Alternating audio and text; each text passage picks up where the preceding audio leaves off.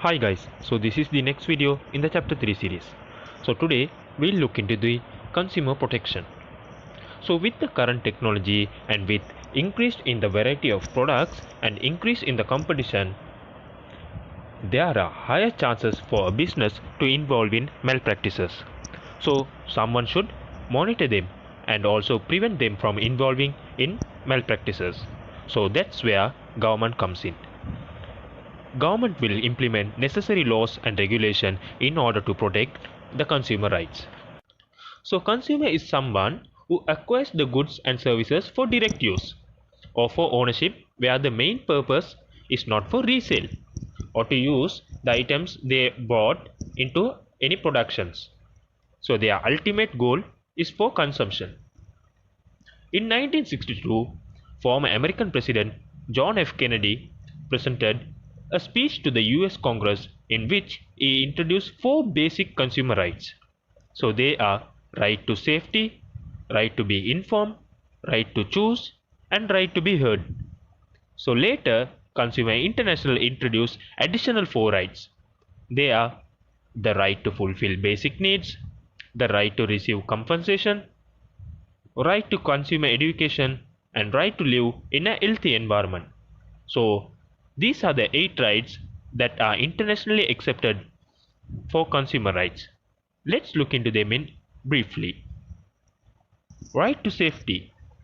The consumer has the right to purchase the products that are safe for consumption and also be protected from any harmful products. For an example, now certain drugs and medicinal items should be stored at certain level of temperature. So the government will monitor if those requirements are met when selling such products. Right to be informed. The consumer has the right to get information about the product or service they are gonna purchase, and also to be protected from any misleading advertisements and labels. So in order to prevent them, the sellers are requested to provide nutritional facts, ingredients that are used, and also expiry dates on the product labels. Right to choose. The consumer has the liberty and the freedom to choose from the options available to them, and there should be no any unethical influences onto the consumers. Right to be heard. They have the right to be heard and receive proper attention from the responsible authorities regarding any of the queries related to the product or the service. So in Sri Lanka, Consumer Affairs Authority addresses these issues. Right to fulfill basic need. So this is the right to fulfill basic needs such as water, food, clothes, etc. Right to receive compensation. Consumer has the right to receive compensation for any damages or any adverse effects suffered as a result of consuming the product or a service.